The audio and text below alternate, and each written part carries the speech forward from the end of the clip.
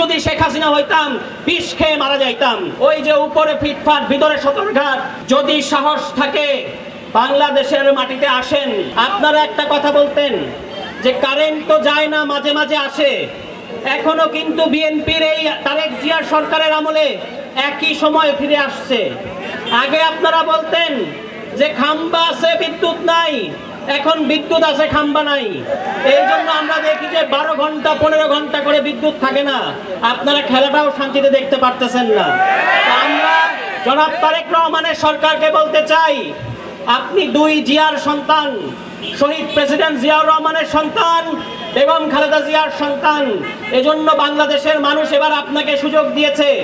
আপনার বাবা গণভোট আয়োজন করেছিলেন, আপনার মা গণভোট আয়োজন করেছিলেন, আপনার সময় একটা গণভোট হয়েছে, কিন্তু আপনি গণভোটে হ্যাঁ ভোট দিতে বলার পরে এখন আপনি গণভোট বাস্তবায়ন করছেন না। জিয়ার সন্তানের কাছে, খালেদা জিয়ার সন্তানের কাছে বাংলাদেশের মানুষ কিন্তু এটা প্রত্যাশা করে না।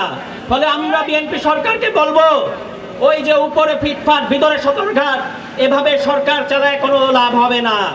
আপনি আইন শৃঙ্খলা পরিস্থিতির অবস্থা খারাপ, দ্রব্যমূল্যের ঊর্ধ্বগতি, বিদ্যুৎ নাই, কারেন্ট নাই, চাকরি নাই, কোনো কিছু নাই। তারেক রহমান যদি মনে করেন উনি শুধু হেসে হেসে সরকার পরিচালনা করবেন, উনার মিষ্টি কথায় আমরা সবাই সবকিছু ভুলে যাব, এই জিনিস হতে যাচ্ছে না। এই যে এখানে যারা আপনারা উপস্থিত আছেন, 2024 সালের জুলাই মাসকে মনে করে দেখেন, বাংলাদেশ থেকে আমরা কে বিতরণ করেছি, তার পাশের বাড়ি, তার শ্বশুর বাড়ি ওই ইন্ডিয়ায় আমরা তাকে বিতরণ করেছি। হিউস্টনে রকিং টেস্টি, সীমানা ছাড়াও নিজেকে হারাও।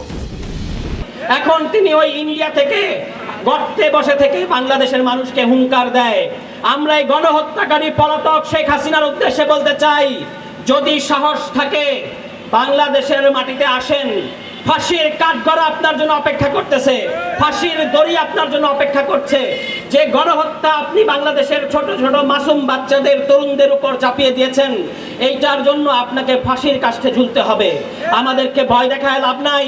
আপনি যখন ছিলেন তখনও আমরা ছিলাম, আমরা এখন আছি, আপনি এখন নাই। কাকে হুমকি দেন, কাকে হুঙ্কার দেন? বাংলার এই দামাল তরুণ ছেলেরা আপনাকে বাংলাদেশ থেকে বিতরণ করেছে। এবং বাংলাদেশের ইতিহাসে একমাত্র শেখ হাসিনা ছাড়া কোন শাসক কখনো পালায়া যায় নাই।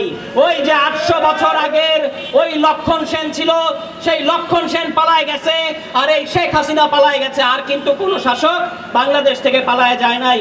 এই লজ্জার পরে আমি যদি শেখ হাসিনা হইতাম বিষ খেয়ে মারা যাইতাম। এখনো তিনি বড় বড় কথা বলেন। পলাতক আওয়ামী লীগারদেরকে আমরা বলতে চাই, আওয়ামী লীগ করছেন ভালো কথা, নতুন করে কোনো ষড়যন্ত্র করবেন না।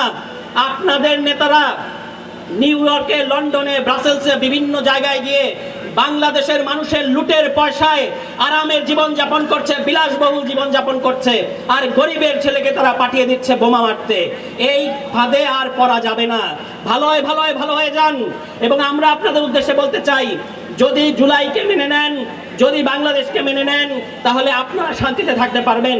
কিন্তু জুলাই গণ অভ্যুত্থানকে বলবেন ষড়যন্ত্র, বলবেন যে এখানে আমেরিকা ষড়যন্ত্র করে দিছে, আপনারা আমাদের উপরে বোমা মারবেন আর আমরা চুপচাপ বসে থাকবো, এটা কিন্তু হবে না।